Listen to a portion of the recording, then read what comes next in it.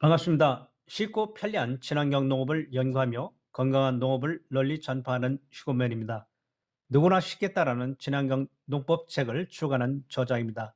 오늘은 2022년도 농업 전망과 농가 소득 향상 방안에 대해서 말씀을 드리겠습니다. 우리나라는 현재 농가 농업 소득이 30여 년간 1천만 원 내에서 지속되고 있습니다. 농가 소득을 올리려면 농사 기술과 더불어 농업 경영이 매우 중요합니다. 농업 경영을 잘 하려면 미래의 농업 전망을 예측하여 농사 전략을 세워야 합니다. 2021년도는 농업 주변 현실이 녹록지 않았음에도 불구하고 제 주변의 농가, 즉 경기 지역 농업인들은 농업 소득이 다소 증가되었습니다. 지금 농가에서는 내년도 용농 계획을 세우고 있습니다. 무엇을 심어야 돈이 될까 하는 고민이 많이 있습니다. 그러면 2022년도 농업 전망과 농가 소득 향상 방안은 어떤 것이 있는지 다음과 같은 순서로 말씀을 드리겠습니다. 첫 번째로 농업에 영향을 주는 요인을 분석하였습니다. 세 가지 큰 요인이 있는데요. 국외 요인과 국내 요인, 그리고 농업 내부에서 발생되는 농업에 미치는 영향을 분석해서 알아보겠습니다. 첫 번째로 국외 영향으로 먼저 중국과 미국의 패권주의와 의도 코로나 및 돌연변이 바이러스에 의해서 세계 경제가 어떤 영향을 받는지에 대해서 알아보고, 국내 영향으로 먼저 우리나라 세대주가 1인 가정 비율이 변화로 인해서 발생되는 문제, 그리고 기후 환경이 기상 이변에 대해서 알아보고, 농업 내부에서 발생되는 농촌 인력 문제, 농업 경영비 상승, 소득 감소 문제, 그리고 소득 양극화에 대해서 간단히 알아보겠습니다. 그리고 농업 소득을 향상시키기 위한 방안이 무엇인지 알아보겠습니다. 먼저 농업 소득을 올리려면 어떻게 해야 하는지, 그리고 농업 소득을 올리는 지역과 농가의 특성을 살펴보고, 벼농사에서 소득을 올리려면 어떻게 해야 하는지에 대해서 말씀을 드리겠습니다. 작곡 농사가 돈이 되고 있는데 그것에 대해서 간단히 설명하겠습니다. 그리고 마무리 말씀을 드리겠습니다. 지금 시대를 뉴 노멀 시대라고 합니다. 그 의미는 일생 생활이 정상적으로 회복이 불가능한 불안전한 시대라고 합니다. 이러한 상태는 농업 분야에서도 많은 영향을 받습니다. 먼저 미국과 중국의 패권주의로 세계 경제에 많은 영향을 주고 있습니다. 특히 국가 간 자기 이익과 세력 싸움에 자원을 이용하여 조절하고 있습니다. 에너지라든지 광물, 원천 기술, 우점 생산품 등을 조절해서 자기 세력을 과시하고 있습니다. 각종 세계 무역, 국제 협상 등에서는 우리나라의 산업 구조는 공산품을 수출하고 원재료나 농산품을 수입하고 있습니다. 이러한 무역 형태는 농업 소득에 직간접적으로 영향을 주고 있습니다. 두 번째 큰 요인으로 의도 코로나와 변이 바이러스 영향으로 세계 교역이 불균형하여 물가가 상승하고, 두 번째로는 사람의 이동이 자유롭지 못하므로 농업 분야에서는 외국인 노동자가 부족해질 수가 있습니다. 그리고 경제적으로 침체가 장기화됨으로써 국민들의 소득이 감소하는 현상이 나타난다고 합니다. 두 번째로 우리 국내 상황을 살펴보겠습니다. 먼저 우리나라 세대원 수가 가구 비율 변화가 1인 가족으로 65% 이상 변화되고 있습니다. 세대원이 1, 2인으로 구성되면 첫 번째로 식습관이 변화가 됩니다. 간단하고 쉽고 건강하고 양질의 식품을 찾고 있습니다. 이러한 현상이 2021년도 가을에 김장 김치를 하지 않는 가정이 50% 이상 되고 있습니다. 그래서 배추가 잘 안 팔리고 무 가격이 연중 낮은 가격이 형성되었습니다. 그리고 김치 냉장고 판매가 15% 이상 감소되고 있다고 합니다. 배추와 무가 소비가 덜 되면서 다른 것을 찾는 대체 농산물이 나오고 있습니다.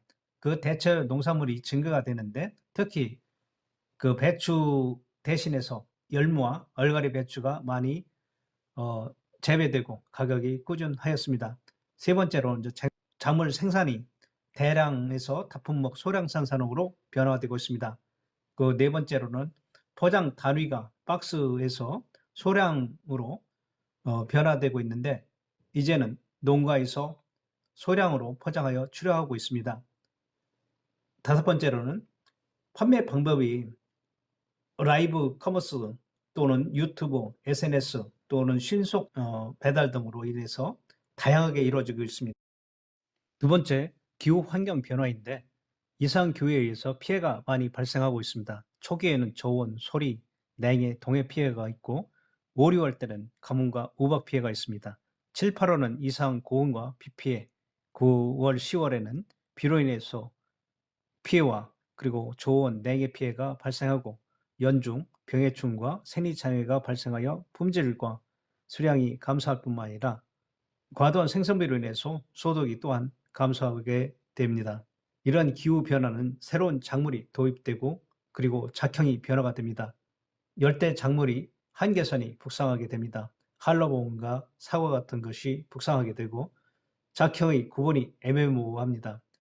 예를 들어 당근은 겨울에는 제주도에서 늦, 봄, 여름 남부 하우스에서 출하를 하고 그리고 여름에는 충청도나 경기도에서 출하를 했습니다. 그리고 고랭지 당근이 출하되고 전국에 이제 가을 당근이 재배되었는데 이제 기온이 상승하게 되어서 같은 시기에 출하되는 경향이 많이 있습니다. 지금 우리 농촌에는 어떤 문제가 있는지 살펴보겠습니다. 네 가지 중요한 요인이 있습니다. 인력 부족과 농업 경영비 상승, 소득 감소, 그리고 농가 간의 소득 격차, 양극화의 문제가 있습니다. 먼저 농촌의 인력 문제에 대해서 알아보겠습니다. 고령화로 인해서 나이가 많아서 활동력이 떨어지고 건강이 좋지 않아서 일을 할 수가 없습니다. 또한 일할 사람이 없습니다.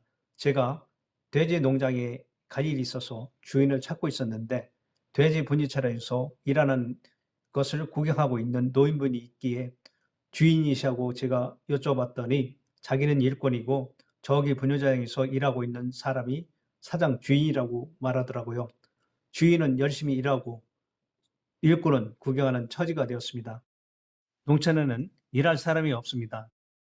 두 번째로 이주 외국 노동자를 구하기가 힘듭니다. 인건비가 넘어오기 때는 15만에서 17만 원 줘도 구하기가 힘듭니다. 영상을 보시면은 할아버지와 할머니가 콩탈작을 하고 있습니다.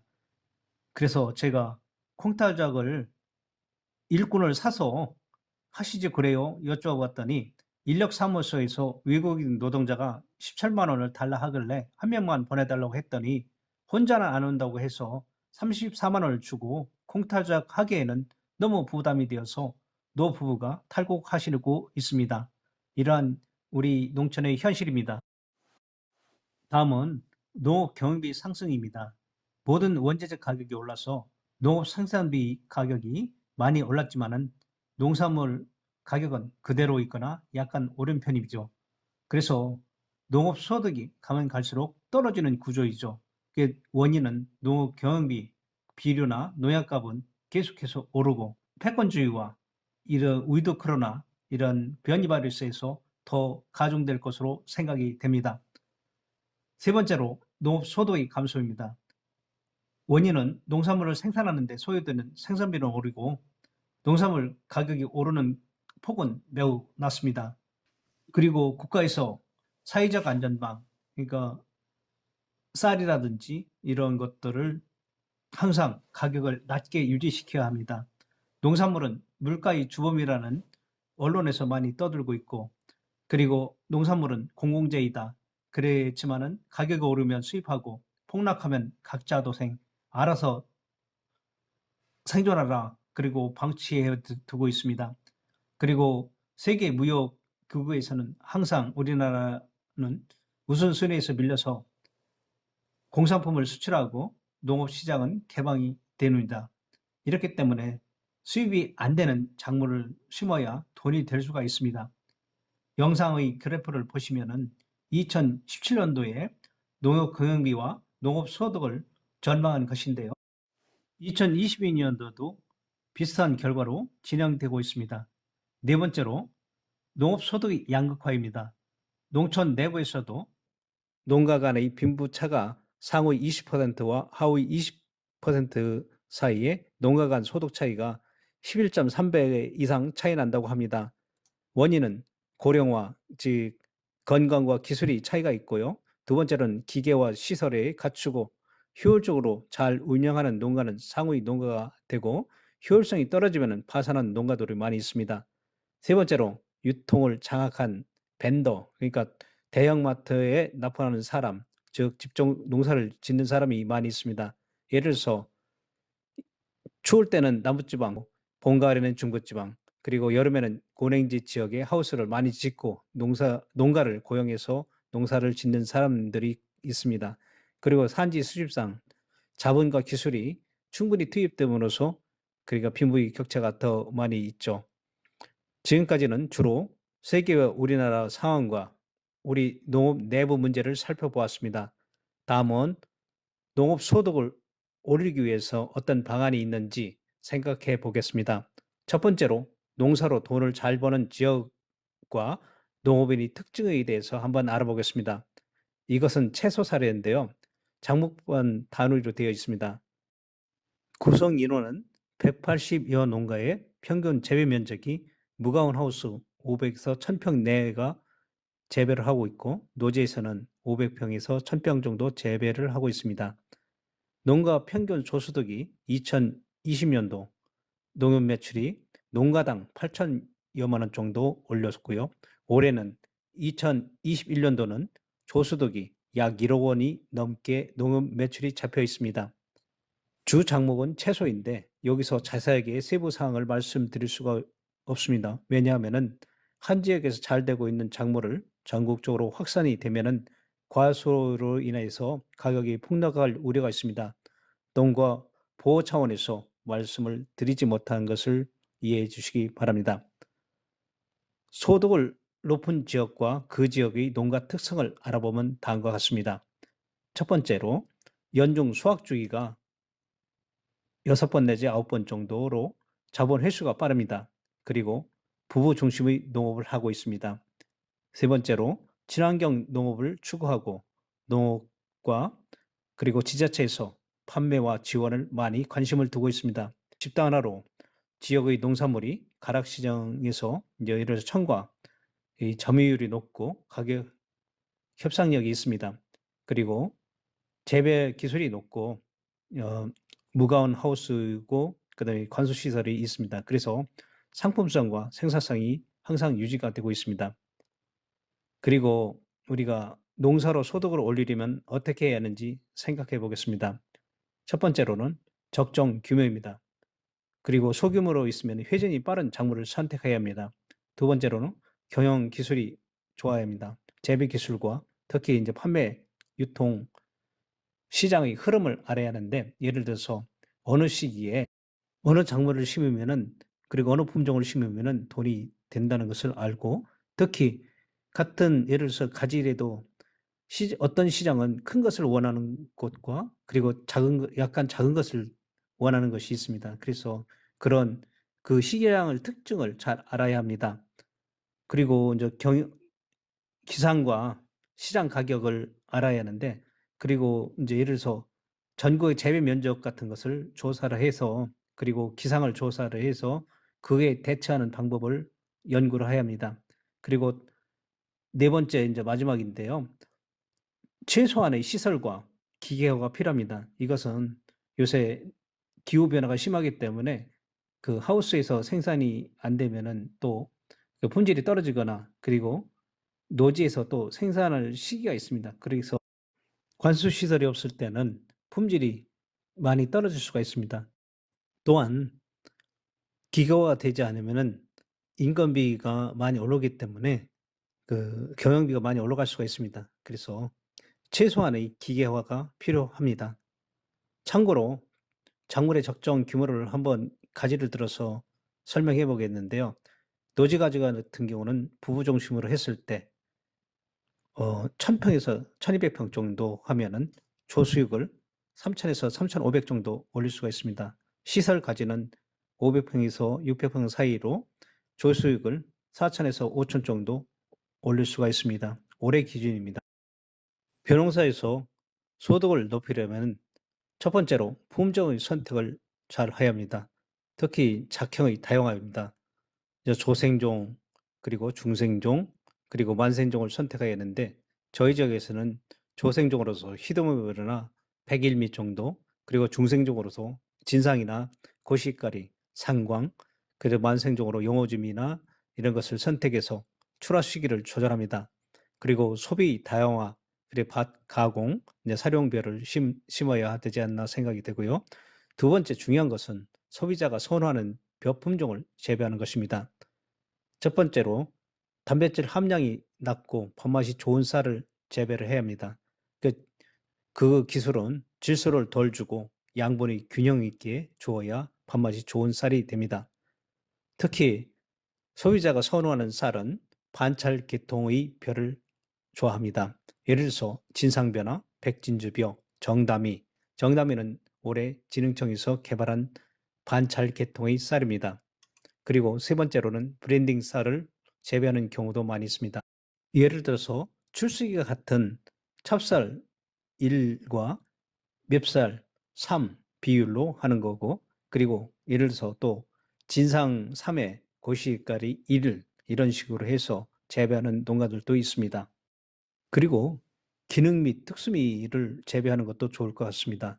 건강 성분이 많은 기능성 쌀, 가바, 안토시안, 비타민, 성장 단백질이 많이 들어있는 쌀들은, 그리고 가공 대체식품으로서 밀가루를 대체할 수 있는 떡볶이 공장에서도 쌀가루를 많이 쓰고 있습니다. 이런 식으로 해서 우리나라 쌀 소비를 촉진시켜, 그리고 쌀값을 올릴 수 있는 방안이 많이 있을 것 같습니다.